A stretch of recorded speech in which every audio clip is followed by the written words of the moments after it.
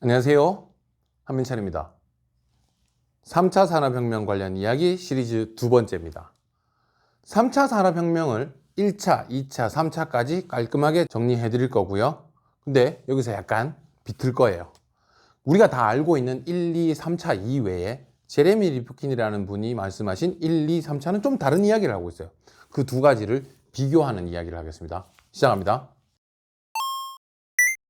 제가 이번 시리즈로 드리고 싶은 말씀 총 5가지 이야기인데요. 그 중에 두 번째 이야기입니다. 3차 산업혁명. 그럼 1차 산업혁명은요? 3차 산업혁명을 우리는 모두가 다 잘 알고 있나요?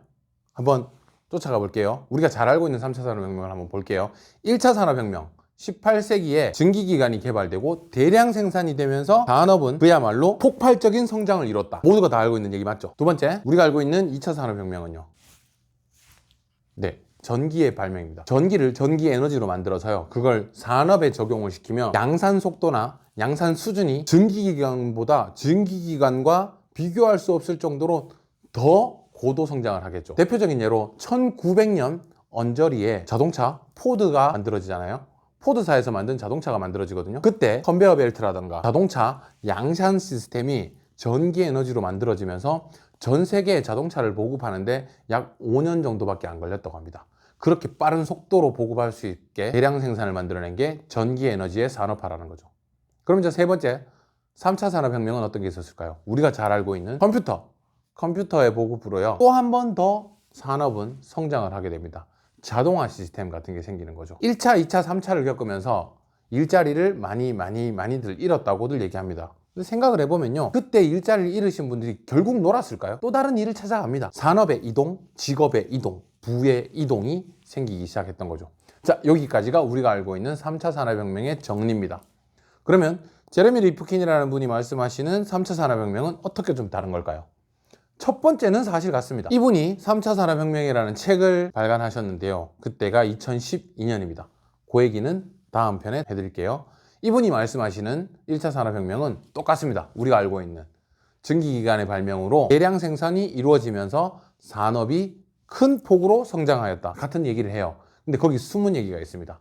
여기에서 주종관계가 제대로 성립이 된다. 또는 현대의 기업 문화, 군대식 기업 문화, 상하관계를 규정짓는 문화가 이때부터 생겨난다. 이런 얘기를 합니다. 어떻게 했냐면요, 제일 윗사람이 수많은 작업자들에게 일을 한꺼번에 내려줄 때요, 소리를 지를 수는 없는 거잖아요. 마이크 들고요. 그러면 어떻게 하느냐, 각 팀장들을 불러가지고 야, 너네 이거 하고 너네 이거 하고 너네 이거 하고 그렇게 해 하고 내려보내서 팀장이 또 그 밑에 사람에게 이야기하고 또 그 밑에 사람이 그 밑에 사람에게 이야기하는, 그렇게 구전으로 정하는 업무 방식이 아니라 펜과 종이가, 그전에도 있었겠죠. 펜과 종이가 산업에 쓰이기 시작하면서 어떤 일이 생기냐면 업무 하달이 아주 쉽고 간단하고 빠르게 됩니다.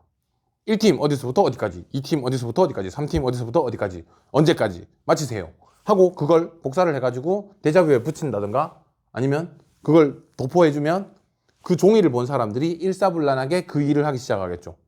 종이가 없던 시절에서는 소리를 질러서 해야 되겠지만 종이와 펜이 인쇄 기술이 발달하면서부터 업무 하달이 빠른 속도로 내려가고요. 업무 보고가 빠른 속도로 올라옵니다.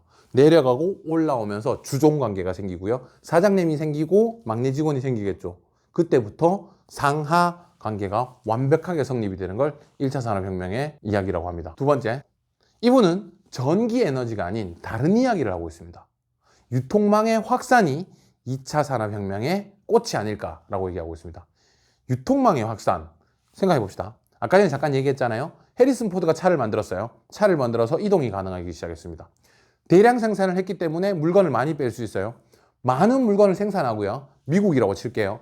서부 끝 캘리포니아에서 동부에 있는 뉴욕으로 비행기로 약 8시간이 걸리는데요. 그때만 해도 비행기로 오기 힘드니까 차로 옮기기 시작합니다. 그 먼 거리를, 비행기로 8시간이나 걸리는 거리를 차로 이동을 하려면 뭐가 필요한가요? 도로가 필요합니다. 도로를 누군가가 만들었어야 되겠죠. 도로만 만드나요? 가는 길에 그 먼 거리를 가는데 휴게소 필요하죠. 식당도 필요합니다. 그러면 그 도로 주변으로 휴게소도 생기고요, 식당도 생기고요, 숙소도 생겨나고요, 그분들이 먹고 자고 하는 시장이나 그분들이 생활하는 그런 작은 마을이 형성되기도 합니다. 어디를 기준으로요?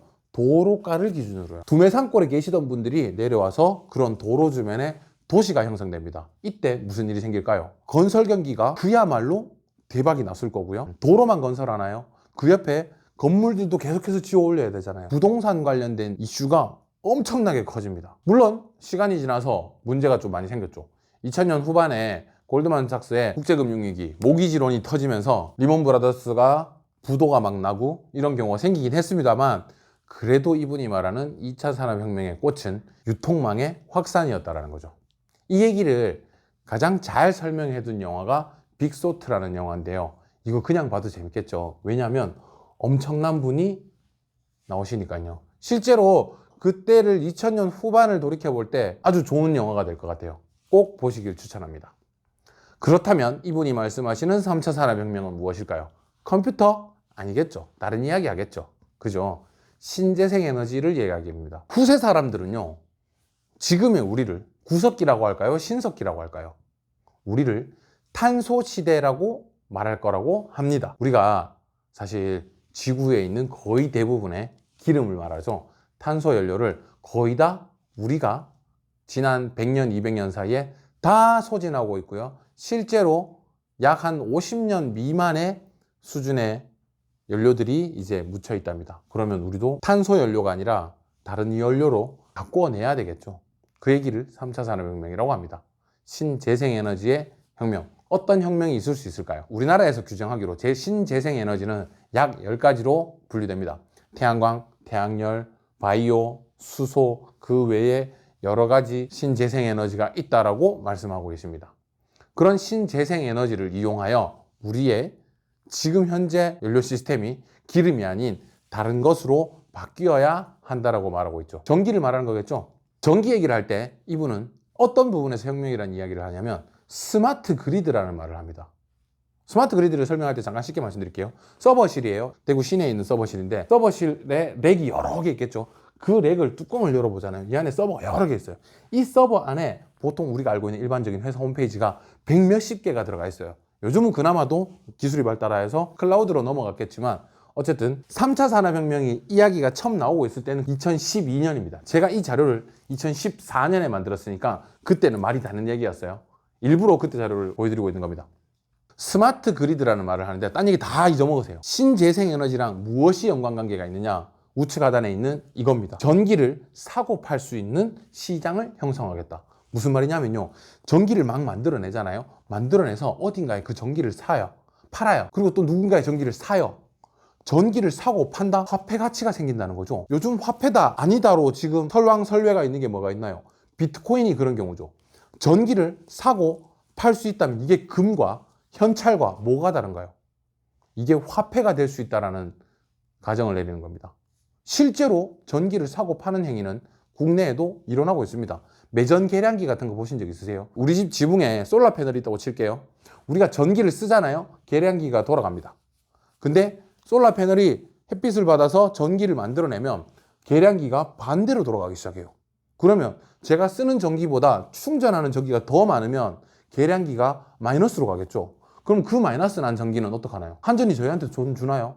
줍니다. 저희가 생산해낸 전기만큼의 돈을 한전이 줍니다. 지금은 어쩔 수 없이 한전하고만 거래를 하는데, 이게 만약에 작은 시장들이 형성이 된다면 제 전기를 누군가에게 팔고 누군가의 전기를 제가 사기도 한다면 제가 전기를 잘 저장만 하고 있으면 되겠죠. 신재생에너지에서 가장 핵심이 축전 기술을 말합니다. 전기를 보관을 해야 되죠. 소위 말해 우리 서버 같은 거 있잖아요. 외장 하드 같은 거. 거기에 전기를 막 충전해놨다가 지갑처럼 들고 있어요. 들고 있다가 옆집에서 나 전기가 얼마 모자란데 좀 팔래? 하면 돈을 받고 전기를 팔 수도 있는 거잖아요. 전기가 화폐처럼 움직일 수 있어요. 그러려면 보관할 수 있는 곳이 필요한 거죠. 그래서 축전 기술이 발달을 해야 되고요. 축전 기술의 집약체가 무엇일까를 생각해 보면 자동차 산업입니다. 자동차가 전기 자동차로 바뀌어야 한다는 걸 모두가 알고 있거든요. 그러면 자동차도 전기를 한번 충전할 때 많이 충전하고요. 빨리 충전하고요. 그걸 크게 담고 있어야 되고요. 그런 기술은 자동차 기술이잖아요. 실제로 2014년에요. 현대가 출시했던 수소 자동차 산타페 모델입니다. 이 차의 가격은 1억 6천만 원이었습니다. 정부에서 6천만 원 지원해 준대요. 그래도 1억입니다. 누가 삽니까? 안 샀을 거예요. 실제로 2014년에 산타페 수소차가 시장에 돌아다니는 걸 본 적 있으세요? 없다에 가깝겠죠. 현재는요. 달라졌을 거예요. 2014년에 수소 자동차 기술이 모자랐을까요? 그때 당시에 어떤 정치적인 이슈가 있었겠죠. 그렇다면 우리는 지금 어떤가요? 공장 위에 솔라 패널 올라가는 게 당연한 세상이 됐고요. 고속도로를 타고 가다가 산 어귀에 솔라 패널이 많은 걸 자주 만날 수 있고요. 테슬라죠. 전기 자동차가 완전히 상용화된 세상이고요. 충전소가 좀 모자란다는 것 뿐이지 지금은 모두가 전기차를 그런가 보다 하고 타고 다니는 거잖아요. 실제로 2018년에 우리나라 자동차도 상용화가 완전히 돼서 시장을 돌아다니고 있습니다. 수소 자동차는 상용화 되는데 오래 걸리겠지라고 생각했었거든요. 이미 일본은 아주 빠른 속도로 수소 자동차를 준비하고 있었고요. 우리는요. 우리도 합니다. 보세요. 원래 2021년 우리 넥소 자동차도요. 판매가 6천만 원인데 정부 지원 3천만 원 해준답니다. 그럼 3천만 원 주고 수소차 살 수 있죠. 1억 6천 하던 게 이제 6천까지 내려왔네요. 좀 더 있으면 수소 자동차가 아주 보편화되는 시기가 얼마 남지 않았겠네요. 자, 결국 이 사람이 말하는 3차 산업혁명의 주요 골자는 이겁니다. 결국 축전 사업. 전기를 잘 담을 수 있고요. 전기를 빨리 충전할 수 있고요. 그 충전소가 많이 생기고요. 그러니까 전기 충전, 축전 관련된 이슈가 있는 일들에 관심 있게 쳐다보자는 거죠. 제가 오늘 드리고 싶은 마지막 말씀은 이겁니다. 산업혁명은요, 순식간에 일어나는 게 아니에요. 어떤 폭발처럼 한 방에 펑 생기는 게 아니라요. 증기기관이 만들어졌다고 해서 만든 이듬해부터 산업이 엄청나게 올라갔을까요? 그렇지 않습니다. 증기기관이 만들어지고 보급되고 사람들이 그걸 사용하기 시작하고 하는데 아마도 10년, 20년이 걸렸을 거예요. 보세요.